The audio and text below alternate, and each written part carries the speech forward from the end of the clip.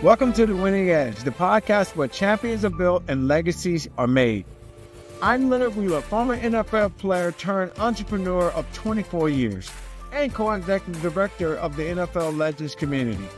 After years of being on the field, I've learned that the real game starts when the stadium lights go out. This show is your all-access pass to the mindset, strategies, and leadership lessons that fuel success beyond sports. Each week, we will dive into what it truly takes to win in business, leadership, and life. We'll discuss how elite athletes, game-changing entrepreneurs, and industry leaders turn discipline into dominance and setbacks into comebacks. The next play is yours. Hello again, everybody, and welcome to the Winning Edge podcast. My name is Leonard Wheeler. It is a pleasure for me to be here with you on this 10th episode. So today we're going to talk about something that I believe is very, very important. It's a foundation of building the currency of relationships, and it's called trust. Building on trust, the currency of relationships. Okay, so we're even thinking about this topic, right? I have to ask you a couple of questions before we get started. What's your trust account looking like today? So what is your trust account? So when you think about your bank account, you think about your withdrawals or deposits. What is your trust account looking like today? Let me just ask you again. What is your trust account looking like today? Just like you trust in your bank account, you know exactly what's there. We know exactly what's in our trust account as well, in terms of how much do we want to trust, how much do we want to lend our trust, how much do we want to withdraw from our trust account, and how much have we deposited into the trust account. Because believe it or not, I believe that people make more withdrawals than they do deposits when it comes to creating a trust account. So everyone wants to be trusted. That's number one. Everyone believes that they are trusted. Everyone wants to believe that they are trusted.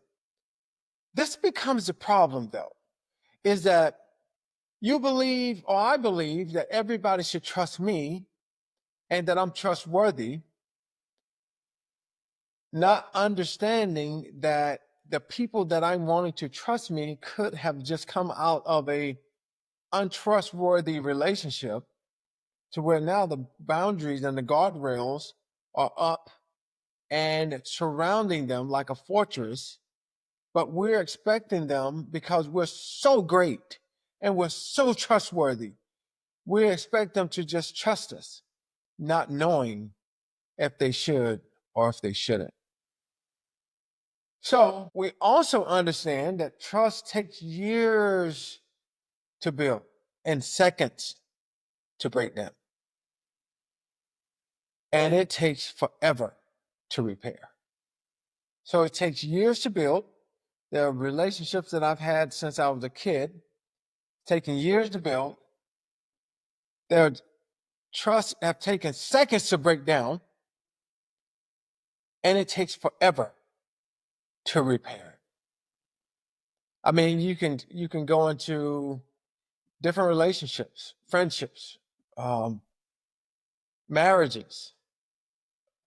I always talk about trust equals consistency plus integrity plus vulnerability. So let me just break it down. So when you have consistency, you do what you say every time, not just when it's easy. So consistency in building trust is doing what you say every time, not just when it's easy. Case in point, sometimes I tell my wife that I'm not going to say this or say that anymore, and I revert back to the past and maybe say something that I said I wasn't going to say or how I was going to say it, and it now knocks down the trust factor. Does that make sense? So I've now broken the consistency that I built, or that I felt like I was building upon, to build a secure foundation in terms of home, the trust factor home, not home as what we're living in. What about you though? Where are you inconsistent? Now, if you're saying this, oh, I am never inconsistent. I am always so consistent. I never ever go back on my word. I don't ever say anything that I said I was gonna. Then you're a narcissist. Let me repeat myself again. If you believe that you are always consistent and that you are always trustworthy and you never go back on your word or you never say anything, then you're a narcissist and you're a perfect human being. And that is, you can be mad at me all you want, be mad at yourself, because that's part of the problem. Is that if you think everybody else is always wrong and you're not, then there's a problem. Let's go to number 2. Integrity. You make the right choice even when no one's watching. That's trust. I'll give you another case in point. If your kids tell you that I want to go to a movie and you tell them, go ahead, without asking a lot of questions, a plethora of questions, that's trust. They built the trust factor in terms of allowing you to give them the autonomy, the freedom to move. If my wife says to me that I'm going to get a massage, I'm not going to try to put a pin on her to make sure I know where she is. I'm going to trust her. That's integrity. Vulnerability. You admit mistakes and remain open to feedback. Oh, I have friends that would tell me that their wife would never say, I'm sorry. Or I have friends to where their husbands will never say, I'm sorry. They never admit they're wrong. What is the problem? Where did this come from? Listen, it takes a lot of freaking dying to self to say I'm sorry. So I'm not talking as if it's easy. But what I am saying, what's more important? You have to live with the person and yourself, and then you're not even able to say, I'm sorry or forgive me. I made a mistake. You know what? I'll do better next time. Gosh, you know what? I blew it. If you can't admit and say those small words, then there's a problem. Back to what I said earlier. There's some narcissism going on right now to where you believe that everything you say out of your mouth is gold, and it's not. Like, let's just all be real with ourselves, because if not, if someone's not real with you, you're going to keep thinking that the smoke you're blowing is okay. Anyway, if people can't trust you in a small detail, being on time, keeping your word, they won't trust you in the bigger responsibilities. It's not going to happen. If people can't trust you in the small things, they're not going to trust you in the bigger things. Scripture talks about it. Luke 16:10. It talks about who is faithful in what is least is faithful also in much. He who is faithful in what is least is also faithful also in much. If we can't be trusted with the small things, my wife and I were just talking about it this weekend. If God can't trust you with a little money in terms of tithing, charity, giving back, serving other people, why would he trust you with $1 million? You frown about giving away $30 or $50, and he's supposed to trust you with $1 million? What? How is that even possible? Anyway, let's just, I talk about my background. I played in the NFL for 8 years, but I played college football and high school football and middle school football and little league football and pee wee football. And in all of those different levels of playing sports, I had to be trusted to do my part. I had to be trusted on the field. The linebackers had to trust me. The D line had to trust me. The coaches had to trust me. The owners had to trust me. The GM had to trust me. The president had to. There are always different levels of people that are having to trust you. Are you not breaking the chain at any point in your own life? I'm asking you to recognize if you're breaking the chain. Now, since we're on the word of being broken or breaking, trust is hard to earn. It is. It takes work. Nobody should just trust you because you think they should trust you. I can share so many moments when people broke my trust, opportunities that I take to people, and they don't add me into the success of the opportunity. Broken trust, hard to rebuild. And this morning I was with my good friend Anthony Barrero at South Charlotte Hyundai. He's a owner over there. And Anthony trusts me, and I trust him to feed into each other's lives. He also trusts me to work with his people, with his leaders. Why should he trust me? Why does he trust me? Why do I trust him? Right? That is something that had to be built upon. It wasn't just from the beginning, I'm going to trust you because you say I should. There's a cost that's associated with trust. So what did it cost? Like when you think about breaking friendship, a broken friendship, what did that cost you? An opportunity? Did it cost you a peace of mind? Think about it. Think about friendships that's been broken in your life. What did it cost you really? A broken heart, broken mind, peace of mind. Were there warning signs? What did you learn from it? Are you this person? I don't care. I didn't care about them anyway. Oh, I don't even care. What? What do you mean? Surely you cannot be that paralyzed emotionally to not have feelings. And I'm sure that you have feelings, but what happens is that a lot of times when we've been hurt so much, and I'm going to talk about this in a second, is that we start to guard ourselves and we start to tell ourselves in our self-talk that it doesn't matter, I don't care. But you do care. But think about a time and share a time when maybe you broke someone's trust. Intentionally or unintentionally, because I know some of you are amazing and you've never broke anybody's trust. And oh my God, I can't think of a time I've ever hurt anyone.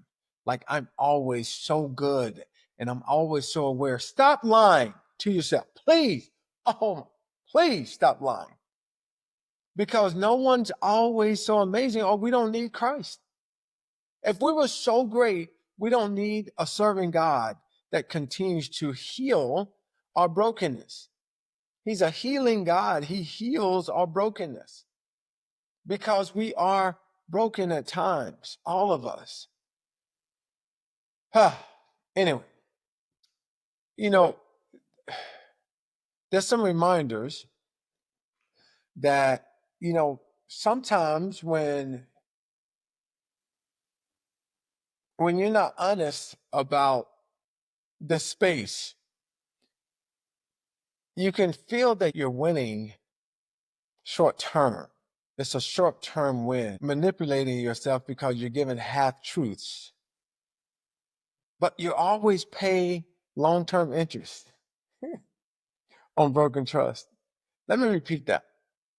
If we're not honest about where we are, about where we're not, you'll feel that you're winning short term. You feel that you're winning in the present moment with the manipulation, the half truths. But in the long term, you will lose because of broken trust.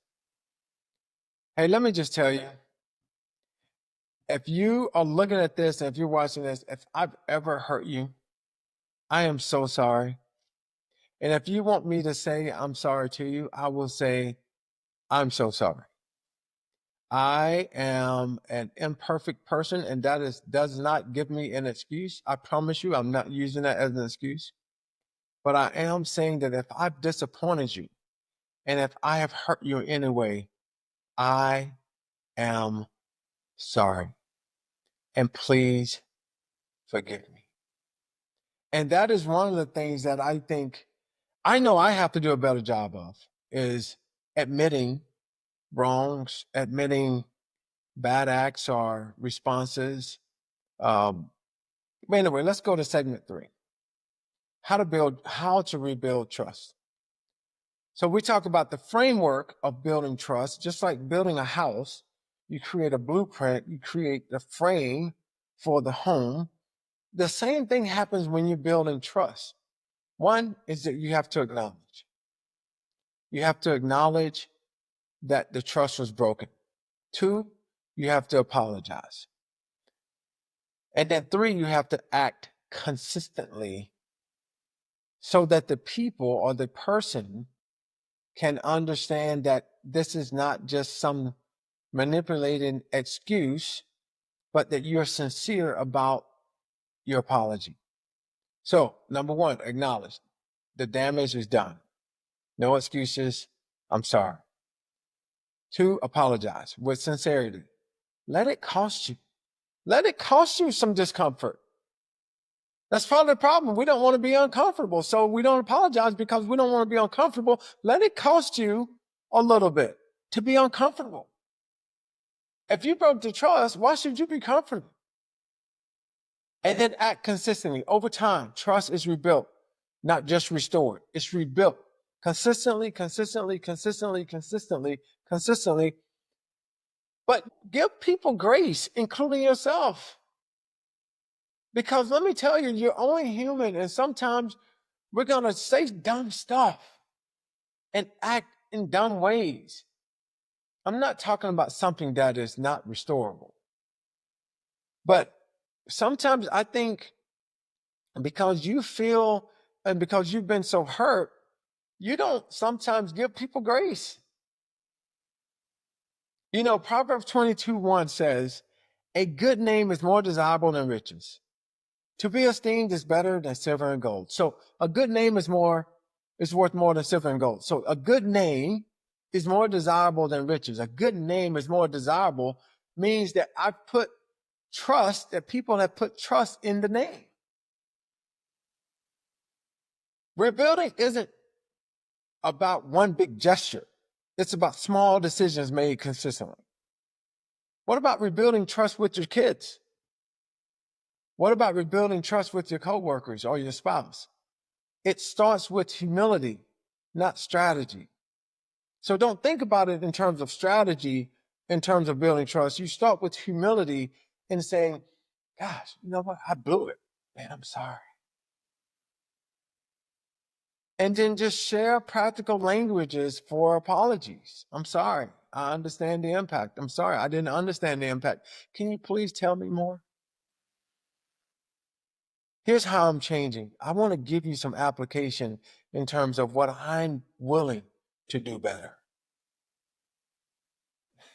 That's so much, and I mean, how do you trust God in uncertain times? When I think about my coaching business and when you're working with people like Martin Walsh and people at Capital One, Michelle and people that I've worked with over the years, I think about these people allowing me to come in, and even the people I work with in the NFL office, Tracy Perlman, Laura, Malfi, and, Matt and Troy and, Chad. And I think about, there's no playbook for trust.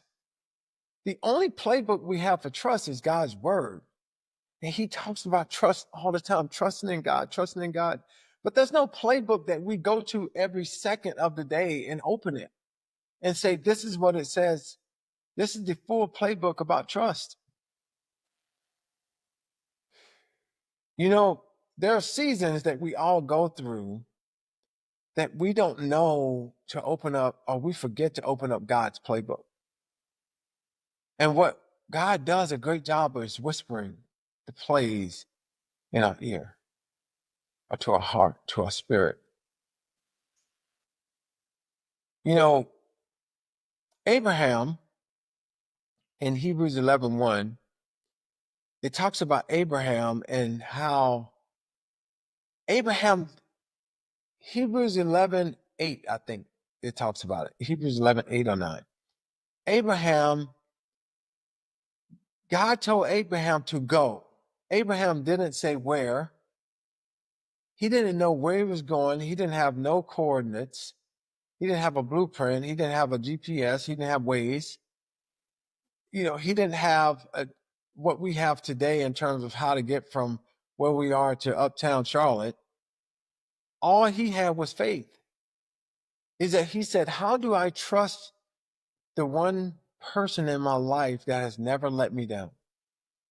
And even when God says no, we know that he's not letting us down, but he's protecting us. How do you trust when you have issues trusting? How do you trust God when you have issues trusting everything else or everyone else around you?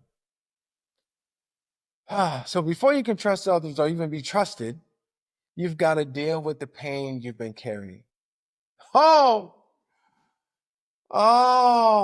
carrying the pain of distrust. You know, for years, I didn't trust my dad. He would say he's going to show up for a game. He never showed up. He came to one high school game. He lived about 15 minutes, 10 minutes from the high school. You know, how do you deal with trust issues when you've been disappointed and let down and you're struggling with insecurities and are always expecting people to leave and lie and disappoint you? Because we know that it builds walls of resentment, of bitterness. It builds walls of uncertainty and suspicion. Um, you know, I think we've all been betrayed before. Um, you know, and I've been around a lot of people where it said, man, I don't trust anybody. I'm trusting myself. I don't trust anybody because people always let me down. Okay. I can't tell you what to do in that situation because I don't know to what extent you're speaking of. But what I do know is this, is that there's a forgiving God that we have to learn to not try to carry around all of those wounds and all of that hurt because it's so heavy. It's so heavy. And it's not a lot of wisdom when we said, I'm never going to trust anybody because you want people to trust you. That is what's so funny, is that you want people to trust you as if you never let them down. But yet, you're never going to trust anybody. Maybe you can tell me how that works. Psalms 34:18 talks about the Lord is close to the brokenhearted and saves those who are crushed in spirit. And he says that he saves those who are crushed, crushing, like crushing grapes, like crushing in spirit, to where your spirit has been rejected and you feel that there's no hope at times. So what happens is that you decide not to trust. Well, God is not speaking about the brokenhearted because he doesn't understand it. I want you to think about when Christ died on the cross and we, Gentiles, Jews and Gentiles, were cursing him and saying, you deserve this. How brokenhearted do you believe his father felt for him? Do you believe that he was crushed in spirit? Do you believe that every time we disappoint him, that he's not crushed in spirit, but yet all we're thinking about is how everybody else hurts us, and you don't believe that you've ever hurt anyone or hurt him? I do know that healing takes time, and unresolved trust issues don't just protect you, they also poison what could be good. Let me repeat that. Unresolved trust issues just don't protect you. They also poison what could be good, because you are going to miss out on it because you're not trusting people that God could be putting in your life. So what I tell people is this: we have to seek counseling. You have your pastor. I know I have my great pastor friends that I love, my brother Reggie Rice, James, that I speak to often. There are people that I can go reach out to. I'm around my friends like Gino and Tut, or Steve Schimbaum, or my brother Rich. There are people, my brother Anthony or Jeremy. There are people that I can reach out to, or my boy Bump. There are people I can reach out to that are even my baby, my spouse, our kids, because they love the Lord. Where sometimes I can talk to them about certain issues. Not about every issue, because every issue is none of your business. I'm kidding. But God is not like people who failed you. You know, 1 Peter 5:7, it talks about it says, cast all your anxiety on him because he cares for you. Cast. It means put it, cast it, put it in, go for it, put it all on me because I care for you. So I'm going to close here. I love talking about trust. I believe that it is really the currency of all relationships. Um, do you know who trusts you right now? Do you know who's trusting you and why? So this is just a quick check-in. Do you know who trusts you and why? Do you know what deposits you've been making into other people's trust accounts? Man, I need to get better at that. Gosh, I just feel like sometimes when I want to make deposits into the account, either I feel like I've done too much, or I feel like I haven't done enough, or I feel like, well, what difference does it make? Or I feel like, I don't know. Sometimes I'm in such a place of despair in my own head where I don't know if I'm making deposits or withdrawals. No, I know, I'm kidding. But anyway, I know if I'm making deposits or withdrawals, but what I want to do better at is making deposits. Do you know how to take one step today to repair broken trust? It could be with your mom, it could be with your dad, your spouse, your kids. It could be with yourself. It could be with some friends. Do you know one step that you can take today to repair broken trust? So I want you to take 5 minutes after this episode and write down 3 names of people who you trust and how you plan to show up for them this week. So write down 3 names of people who you trust and how you plan to show up for them this week. Then ask yourself, am I trustworthy in the eyes of God? And am I putting my full trust in him first? And am I trustworthy in the eyes of people? Remember, just like Abraham, he had radical trust. In Hebrews 11:8, it says, by faith, Abraham then called to the place he would later receive as his inheritance, obeyed and went, even though he did not know where he was going. Listen to this. By faith, when called to go to the place he would later receive as his inheritance. So think about it. He was called to a place that later he would receive as his inheritance.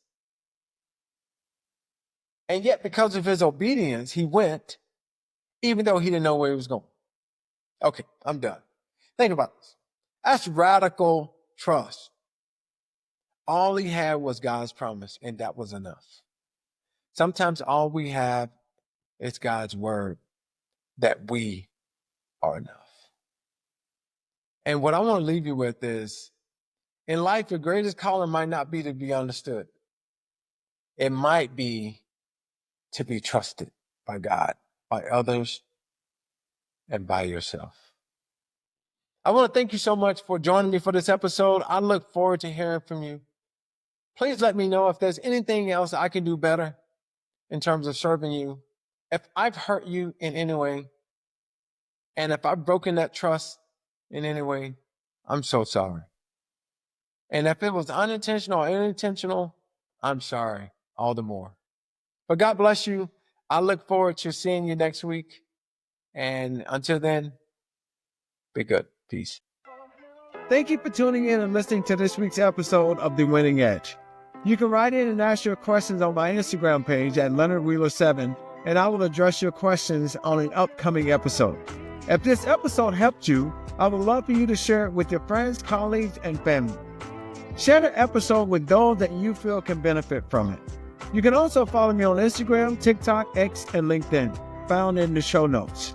I would greatly appreciate it if you would rate and review the show on Apple Podcasts and Spotify. Subscribe now and let's build your legacy.